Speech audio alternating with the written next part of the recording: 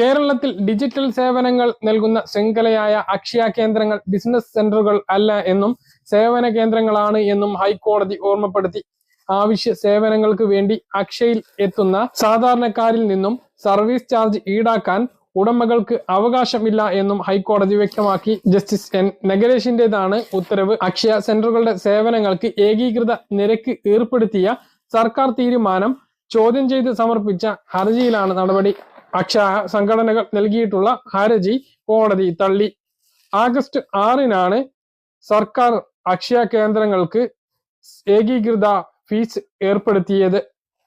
എന്നാൽ പ്രവർത്തികളുടെ വ്യാപ്തി, വിഭവങ്ങളുടെ ഉപയോഗം, ചെലവ് എന്നിവ പരിഗണിക്കാതെയാണ് സർക്കാർ ഉത്തരവ് എന്ന് ചൂണ്ടിക്കാട്ടിയാണ് ഫെഡറേഷൻ കോടതിയെ സമീപിച്ചത്. വിവിധ കേന്ദ്രങ്ങളിൽ വ്യത്യസ്ത നിരക്കുകൾ ഈടാക്കുന്നു എന്ന പരാതി വ്യാപകമായതിനെ തുടർന്നാണ് സംസ്ഥാന